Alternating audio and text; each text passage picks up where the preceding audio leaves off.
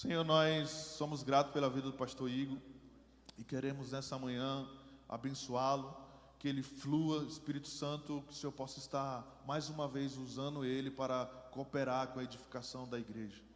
Que possa fluir do seu coração, dos seus lábios, a palavra que o Senhor deseja comunicar nessa manhã. Nós abençoamos a sua casa, a sua família, os seus filhos, a sua esposa, Senhor, para a glória do teu nome. Amém. Amém. Top demais. Aleluia! Graças e paz, meus irmãos. Vocês estão bem? Glória a Deus. Dá só um tchauzinho assim, você que está nos visitando, que eu não olhei dali, eu gosto de olhar para os visitantes. É você que é o missionário que está lá na China? O Rogério fala. Seja bem-vindo, irmão, em nome de Jesus. Não sai sem falar comigo, tá bom? Preciso beber um pouquinho dessa fonte. Aqui, sejam bem-vindos em nome de Jesus. Aqui, tem alguém? Desse lado, ninguém? Sejam bem-vindos, Urias. Ele deu um joinha, só falei com ele. Aleluia! Irmãos, muito bom estar aqui, estar em casa. Você que nos visita, seja bem-vindo. Sinta-se em casa, né, para nós adorarmos e mergulharmos um pouco na palavra de Deus. Aleluia! Queria que você abrisse em Provérbios no capítulo 3.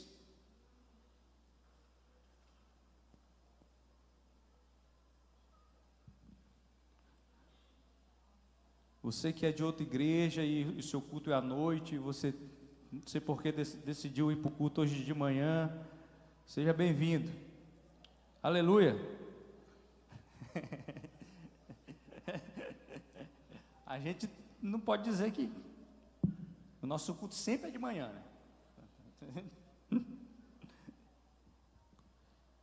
Aleluia.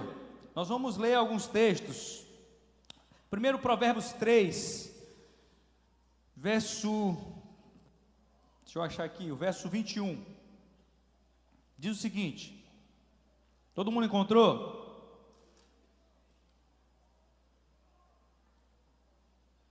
Diz assim: meu filho, guarde consigo a sensatez, diga sensatez, e o equilíbrio, diga equilíbrio, nunca os perca de vista, trarão vida a você, e serão um enfeite para o seu pescoço.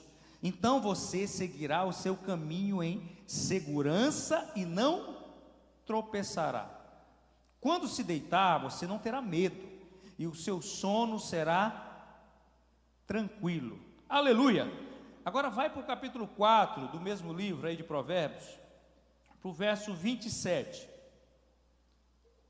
Diz assim, ó: não se desvie nem para a direita e nem para a esquerda, afaste os seus pés da maldade. Agora você vai pular um livro aí, você vai lá para Eclesiastes, passa aí Provérbios,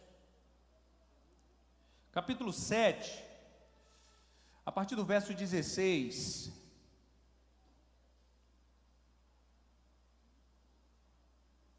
Eu estou usando aqui a versão NVI.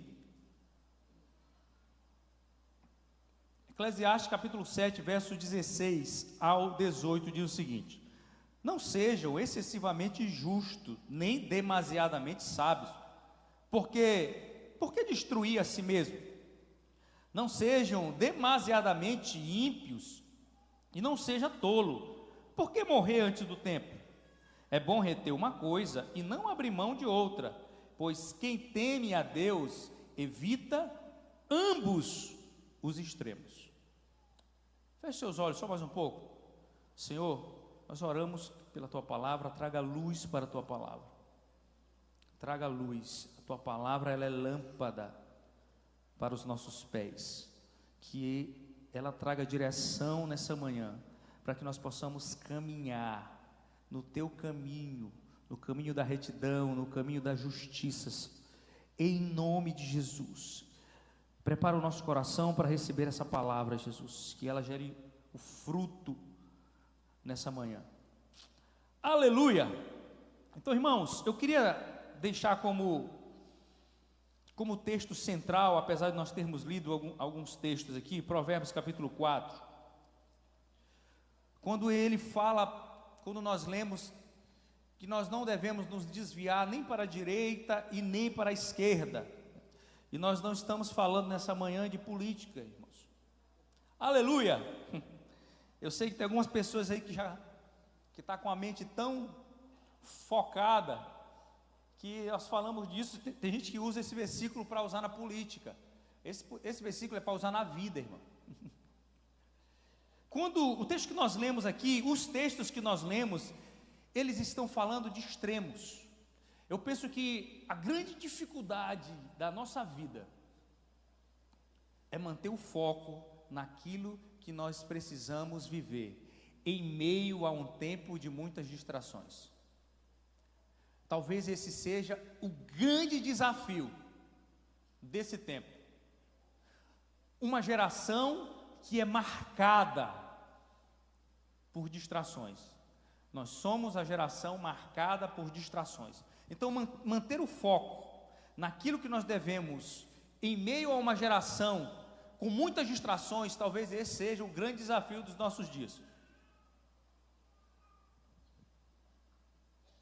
Porque frequentemente, irmãos, nós temos dificuldade de manter o foco naquilo que nós precisamos viver. E nós não vamos longe. Constantemente, às vezes nós precisamos chamar a atenção de algumas pessoas aqui, para que você foque a sua concentração naquilo que nós desejamos comunicar. Porque parece que tudo está militando contra a nossa atenção. Tudo está lutando para tirar você desse ambiente de entendimento. Então você está aqui, qualquer coisa te distrai, qualquer coisa faz você levantar, qualquer coisa faz você olhar no celular. Nós temos dificuldade de focar naquilo que realmente precisa ser focado. Nós temos dificuldade de manter os olhos fixos no alvo. Constantemente parece que nós precisamos chamar a atenção para algo que é muito básico, para a ordem no culto, por exemplo, para que haja silêncio, para que não haja muita movimentação, porque parece que a gente fica inquieto, a gente não consegue, a nossa geração, ela não consegue, ela tem dificuldade de entrar num lugar que nós chamamos de solitude, de entrar num lugar que nós chamamos de quietude, o lugar onde você para e contempla, esquece todo o resto. Então, o texto, irmãos, ele fala disso, ele fala de nós estarmos nesse lugar de equilíbrio. Se nós pararmos para pensar, irmãos, qual é um dos transtornos mais comuns do nosso tempo? Me ajuda aí. Qual que é? Ansiedade. Tem um outrozinho, um termozinho que a gente usa, 4 letrinhas. É o quê? Ficou famoso, parece que está na moda, né? Então, constantemente você usa para justificar a tua falta de atenção. E eu não estou aqui, irmãos, desqualificando ou descartando o transtorno que é real. Ele é real, mas ele é fruto de uma série de coisas que as gerações foram negligenciando. Traumas, abusos. E nós chegamos nesse lugar que impede de nós andarmos em equilíbrio, que é o transtorno de déficit de atenção. Olha o nome, irmãos. Olha o nome do infeliz, é um transtorno de déficit de atenção, ou seja, ele é marcado pela dificuldade de manter a atenção. Cara, isso não é só patológico, isso é espiritual. É também patológico, hoje é, mas ele também é espiritual, porque ele impede você justamente de estar nesse lugar de equilíbrio, porque constantemente nós estamos pendendo ou para a direita ou para a esquerda, ou nós estamos cuspindo fogo no domingo, ou nós estamos extremamente frio na segunda, ou nós estamos extremamente legalista em um dia, ou no outro dia nós estamos extremamente carnais. Nós temos dificuldade de viver aquilo que o apóstolo Paulo fala: esquecendo-me das coisas que ficaram, e prossigo para o alvo, para a excelência do conhecimento de Cristo Jesus. Então esse transtorno, irmãos, ele é caracterizado pela desatenção, pela inquietação e pela impulsividade. São extremos que nos tiram desse lugar de equilíbrio no Senhor. Então o apóstolo Paulo vai deixar claro em Efésios, no capítulo 6, que a nossa luta, irmãos, ela não é contra a carne, ela não é contra o sangue, ela é contra principados e potestades, ela é contra forças maiores que tentam dominar sobre a nossa vida. Então, uma das maiores guerras da nossa geração tem sido pela sua atenção. A rede social, irmãos, ela é a materialização disso. Os posts que você abre e fica passando, eles são projetados para isso. O pessoal que trabalha com rede social sabe disso, aqueles 3 segundinhos essencial, que é para chamar a atenção. O cara já chega com uma frase de efeito ou com algo que não tem nada a ver com ele vai falar. Só que ele não quer saber se você vai aceitar, ele quer a tua atenção. Porque, irmãos, aquele que retém a atenção comanda a ação. Então a guerra é pela nossa atenção. Então, enquanto o mundo quer nos dividir, irmãos, para nos afastar, Jesus, ele quer nos atrair para nos salvar. Ninguém vai ser salvo sendo afastado. Nós seremos salvos sendo atraídos pelo Senhor. Deixa eu te perguntar uma coisa. Você acha mesmo que Deus, ele está preocupado com a nossa ideologia? Eu acho que esse pastor é isento, ele é de centro. Não, irmão, se você senta na minha mesa, eu vou lhe dar a minha opinião política. Isso não é sobre política. Você vai entender. Mas você acha que Deus está preocupado com as ideologias humanas? Não, irmão. Deus, quando eu falo preocupado, entenda entre aspas, Deus não está preocupado com nada. É para que você entenda, né? É como o apóstolo, tem coisa que não tem nem palavra para explicar, né? Como o apóstolo Paulo fala, né? Quando ele sobe ali no terceiro céu, ele não tinha como dizer aquilo que ele viu, porque não existe palavra. Então existe coisa em relação a Deus que não tem nem como dizer para você. Não foi traduzido ainda, não existe letra. Então Deus não está preocupado com a nossa ideologia, irmãos. Deus está preocupado com o cumprimento do seu propósito. Mesmo que para isso deva ter uma perseguição. Mesmo que para isso alguém precisaria traí-lo. Então, quando Judas trai Jesus, ele está cooperando muito mais para o cumprimento do propósito do que Pedro, que estava tentando tirar Jesus da cruz. Ele não está preocupado com o politicamente correto. Ele está preocupado com o propósito correto. E aí ele chega para Judas e diz: meu amigo, aquilo que você tem para fazer, faça logo. Aquilo que você tem para fazer, faça logo. Por mais que ele seja errado, mas ele vai cumprir para que eu vá para a cruz, porque eu vim para ir para a cruz. Então Judas cooperou muito mais com Jesus do que Pedro, que batia nas costas e dizia: não, eu estou contigo até o fim. O tamo junto de Pedro atrapalhou muito mais do que a traição de Judas. Porque foi a traição de Judas que levou Jesus para a cruz, e por causa disso nós estamos aqui. Na verdade, foram os nossos pecados. A traição só abriu uma portinha. Aleluia! Então Deus, ele não está preocupado, irmãos, com nada disso. Ele está olhando para o cumprimento do propósito. Quando Deus fala com Moisés: Moisés, vai lá diante de Faraó e manda o povo, ele liberar o povo para ir no deserto adorar. Só que o mesmo Deus que fala para Moisés ir diante de Faraó, pedir para Faraó liberar o povo, é o mesmo Deus que endurece o coração desse mesmo Faraó, para ele aumentar a chibata. Não, vai lá, agora ele vai lá e não libera. só de mal. Mas pede lá de novo, mas não libera. Porque na verdade Deus não queria, irmãos, levar o povo para o deserto. Deus queria trazer o povo de volta para eles, para Ele. O propósito não era eles saírem para ir cultuar no deserto. Porque diante de uma visão humana, isso é nobre. Cara, ele poderia liberar, os caras vão lá, adoram e voltam. Só queriam voltar para o mesmo lugar. Deus não queria tirar o povo de Faraó, do Egito simplesmente. Deus queria trazer o povo de volta para Ele. Tanto que alguns saíram do Egito, mas o Egito não saiu deles. E esses morreram no deserto. Só continuou aqueles que entenderam o propósito. Cara, não é deserto, não é Egito, é Cristo. Aleluia! É onde Cristo está, irmãos. Alguém já disse, eu não lembro, acho que o pastor Cirilo, uma dessas pregações dele, eita glória.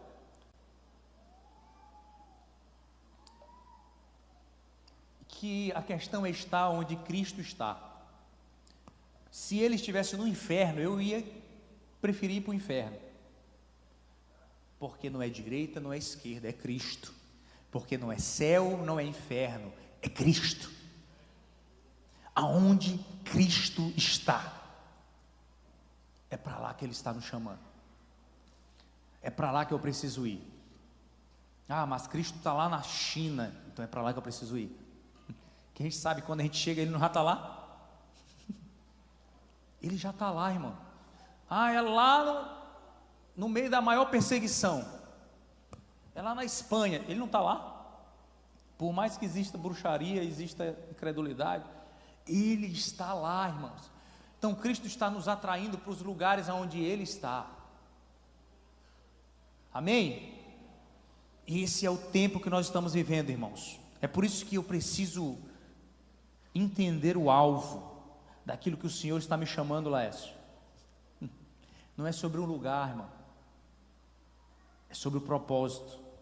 Aleluia! É por isso que a Bíblia constantemente está falando para que se cumprisse o que foi dito. Para que se cumprisse o que foi dito. Porque o Senhor está trabalhando para o cumprimento do propósito, irmão. Mesmo que o cumprimento do propósito vai escandalizar a sua mente, a nossa mente limitada. Mesmo que o cumprimento do propósito vai escandalizar o nosso politicamente correto. Mesmo que para o cumprimento do propósito, o candidato que vai ganhar não seja o que você e eu queremos. Porque Deus não perde o controle do cumprimento do seu propósito. Para que se cumprisse o que foi dito. Irmãos, quando nós entendemos isso, nós saímos do lugar de luta e fuga. Nós entramos no lugar de estarmos entregues, Senhor. Agora não é mais a minha vontade. Agora não é mais eu quem vivo, Ju. Agora é Cristo quem vive em mim. Agora não é mais o que eu quero ou o que eu acho que tem que fazer, Alan. Agora é o que Cristo deseja que seja feito. Isso muda toda a perspectiva. Irmãos, tem coisa que eu faço hoje que não é o que eu quero fazer. Tem coisa que nós fazemos, ministerialmente falando, que não é o que eu projetei no meu livrinho do sonho, lá da virada de ano. Não é, irmão. Não é. E, irmãos, isso é difícil. Você entender isso, irmãos, é difícil, mas é necessário. Nós precisamos entrar, irmãos, chegar no que diz Efésios, capítulo 4, eu queria que você abrisse, para a gente caminhar para o fim.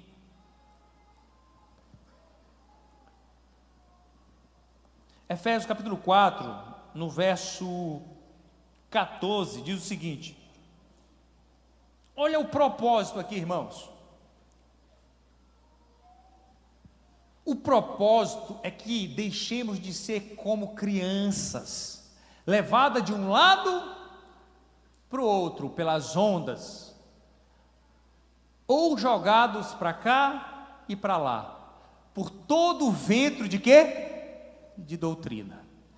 pela astúcia e pela esperteza de homens que induzem ao erro. Agora bota o verso 15. Antes, olha aqui, irmãos, seguindo a verdade em amor. Irmãos, essa aqui é a minha meta de vida. Eu penso que precisa ser a meta de vida de todos aqueles que seguem Jesus. Seguir a verdade em amor. Cresçamos em todas as coisas naquele que é a cabeça, Cristo. Então, nós precisamos entrar nesse lugar, irmãos. Esse lugar onde a verdade ela está unificada ao amor. Não é ou verdade ou amor. É a verdade e amor. Eu queria que só você segurasse aí o TDAH. Só um pouquinho. A gente já está caminhando para o final. De vez em quando a gente fala uma piadinha que é para trazer você de volta, que parece que isso atrai mais a gente, né não? É assim, irmão. Pega um vídeo de comédia e pega um livro de pregação, pega um vídeo de pregação do pastor Rogério. Você vai ver quantas curtidas e comentário tem na comédia, quantas curtidas tem. O vidinho do Davi, irmão, vamos longe não. O Davizinho que veio aqui declarou um salmo. Olha aí o homem aí, ó, falando aí, ó. Não vai morrer tão cedo, graças a Deus. Tem algum salmo para hoje, filhote? Tem nadinha? Ele subiu aqui um dia.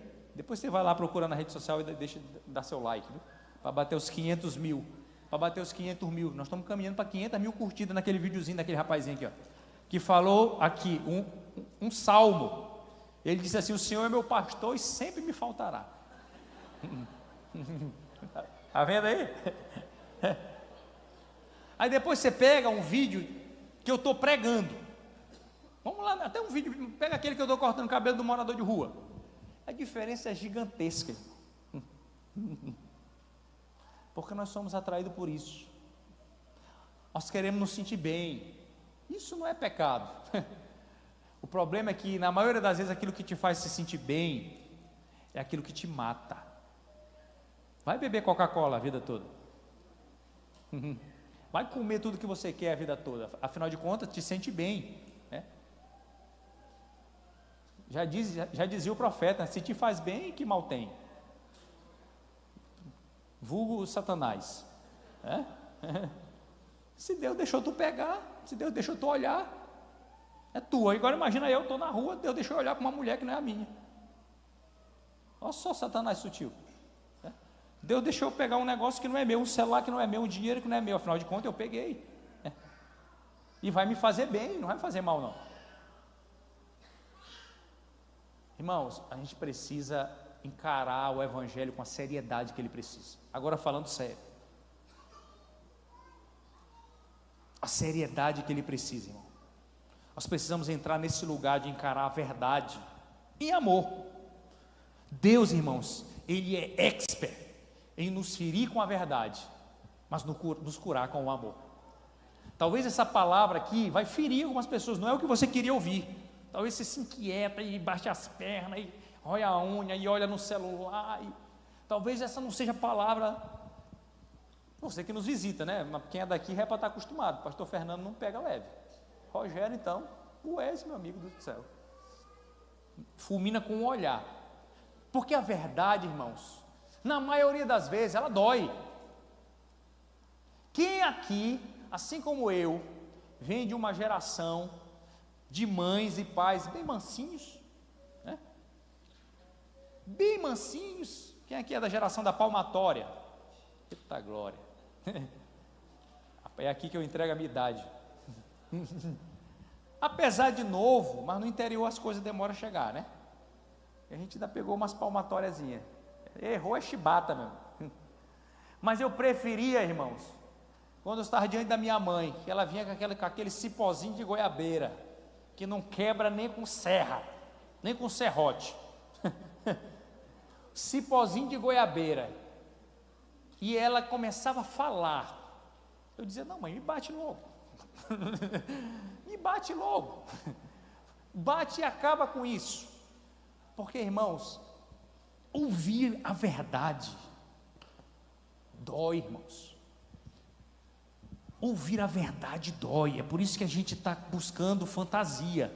É por isso que o mundo ele está se tornando uma Matrix. Lembra do filme Matrix?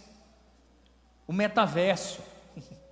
As pessoas estão migrando para o metaverso, para o universo paralelo, um lugar fantasioso, porque o lugar de verdade, a verdade dói.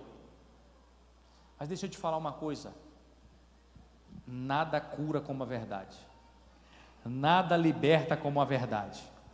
Relacionamentos não se rompem quando nós somos verdadeiros. Relacionamentos se enfraquecem, sim, quando nós somos falsos. E conhecereis a verdade, e ela vos libertará. Não tem como viver o evangelho sem a verdade, que é Cristo. No centro, irmãos. Cristo no centro, Cristo sendo o alvo. Então Deus nos fere, irmão, com a verdade, mas Ele sempre nos cura com amor. Sabe qual é a questão? A questão é que nós queremos ser amorosos demais, às vezes, sem sermos verdadeiros. Esse daqui é aquele politicamente correto que quer agradar a todo mundo. Ou nós vamos para o outro extremo, ou nós queremos ser verdadeiros demais, sem ser amorosos. Esses aqui são aqueles que se tornam arrogantes e soberbos. Então, nós precisamos entrar nesse lugar, onde Cristo está, de verdade em amor. Eu posso falar a verdade para você, denunciar o seu pecado, botar o dedo na sua cara, mas eu também preciso estender a minha mão e abrir os meus braços para acolher o pecador. Esse é o Evangelho de Cristo. O Evangelho de Cristo não exclui ninguém. O Evangelho de Cristo inclui. Cristo, sabe aquela genealogia que você pula quando você vai ler, no começo dos Evangelhos? Depois lê e pesquisa a vida de cada um daqueles homens. Ali tem rei e tem pessoas que foram prostitutas. Ali tem Zé Ninguém e tem os homens mais sábios que já existiram. Tem gente que aparece ali que eu não sei nem porquê. Na verdade eu sei, é porque o Senhor Ele inclui todos, mas Ele não inclui todos para viver da maneira que todos querem. Ele inclui todos para viver da maneira que o Senhor deseja. Essa é a questão. Então não é o Senhor quem exclui, é o estilo de vida que nós decidimos viver que nos exclui desse lugar. Ele vai nos excluir ou para a direita ou para a esquerda. Ele nos tira do centro. Então esse é o nosso desafio. Então Jesus ele era perfeito, irmãos, em andar nesse lugar. Ele sabia acolher uma mulher que estava prestes a ser apedrejada. Salvava essa mulher, mas ele dizia: ó, você não pode pecar mais. Você não pode pecar mais. Ele oferecia a água da vida para uma mulher que já tinha tido 5 maridos e nenhum era dela. Mas ele dizia: ó, nenhum desses aí é teu.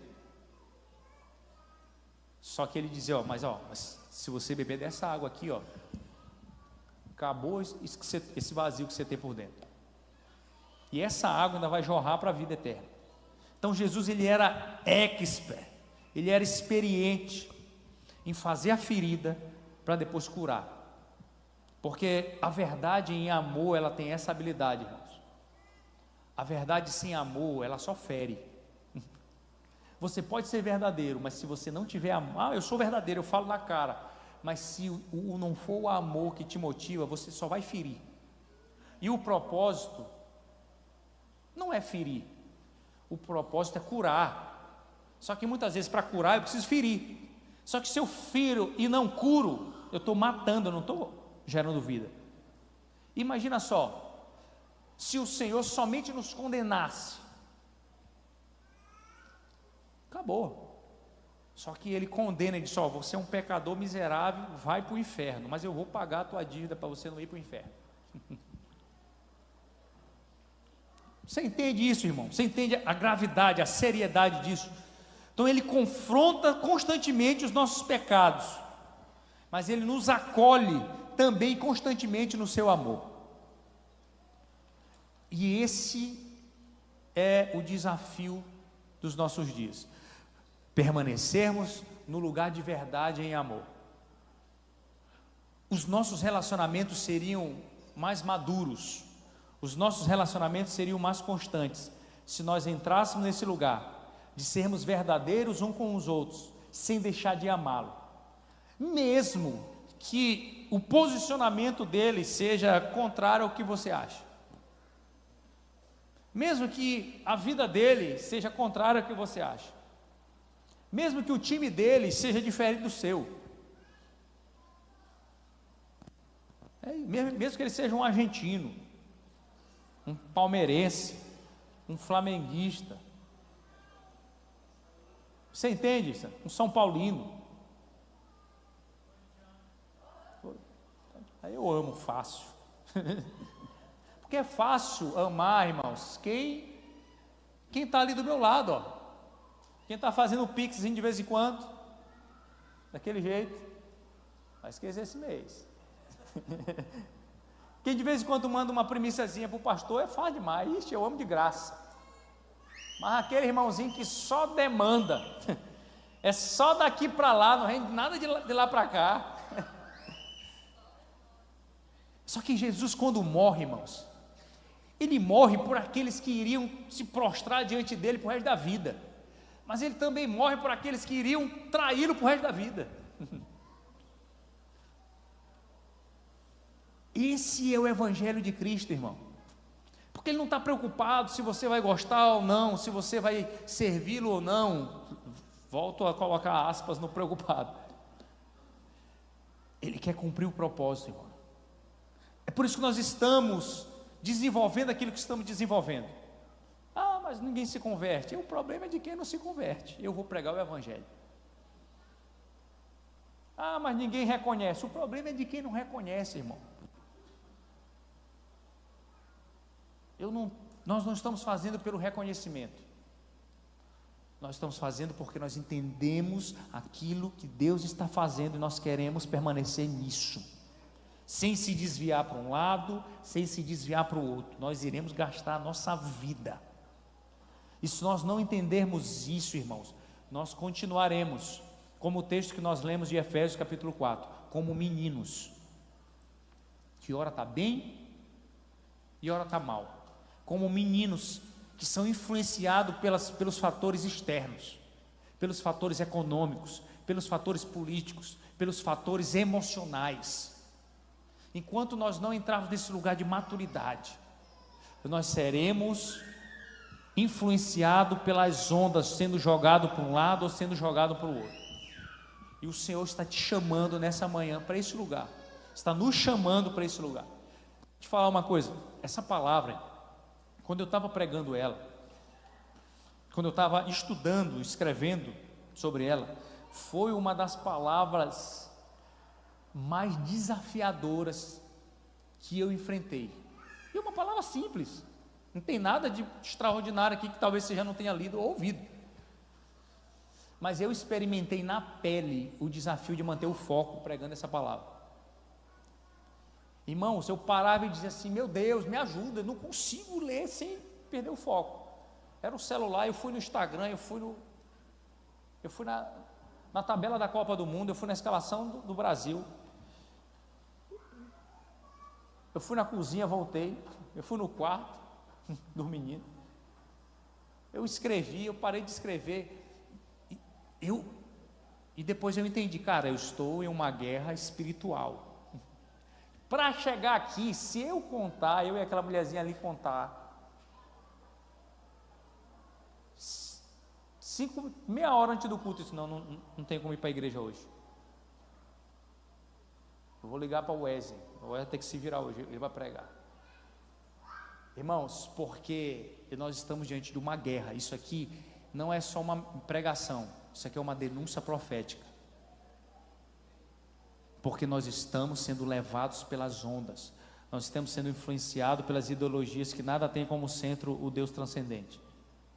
E Deus está nos chamando para esse lugar onde nós nos colocamos diante dele sem perder o alvo, esquecendo das coisas que ficam para trás. Eu prossigo para o alvo, para a excelência do conhecimento de Cristo Jesus, sem me desviar para a direita, sem me desviar para a esquerda. Eu permaneço amando o Senhor, quer esteja tudo bem, quer esteja tudo mal, quer Ele dê, quer Ele tome, bendito seja o nome do Senhor. Quer esteja tudo bem, quer esteja tudo mal, bendito seja o nome do Senhor. Quer eu esteja bem, quer não, eu vou cultuar ao Senhor. Quer eu esteja precisando, quer eu não esteja precisando, eu vou estar diante do Senhor. É disso que nós estamos falando, irmão. É dessa constância, é desse lugar. E não significa, irmão, que todo dia nós vamos estar cuspindo fogo, porque nem os avivamentos duraram para sempre. Tem dia que você está na deprê mesmo, e a questão não é essa, a questão é a postura diante dessas situações. Se eu te falar que a maioria das vezes que eu orei, eu não queria orar, que a boa parte das vezes que eu vim para cá, eu não queria vir, muitas vezes que eu preguei, eu não queria pregar. Só que o Evangelho me ensina que não é sobre mim, é sobre Ele. Enquanto for sobre nós, nós seremos jogados pela onda do mar, nós seremos inconstantes, o nosso ânimo será dobre, nós perderemos o foco muito rápido. Enquanto nós estivermos nesse lugar, nós seremos influenciados pelo demônio do TDAH.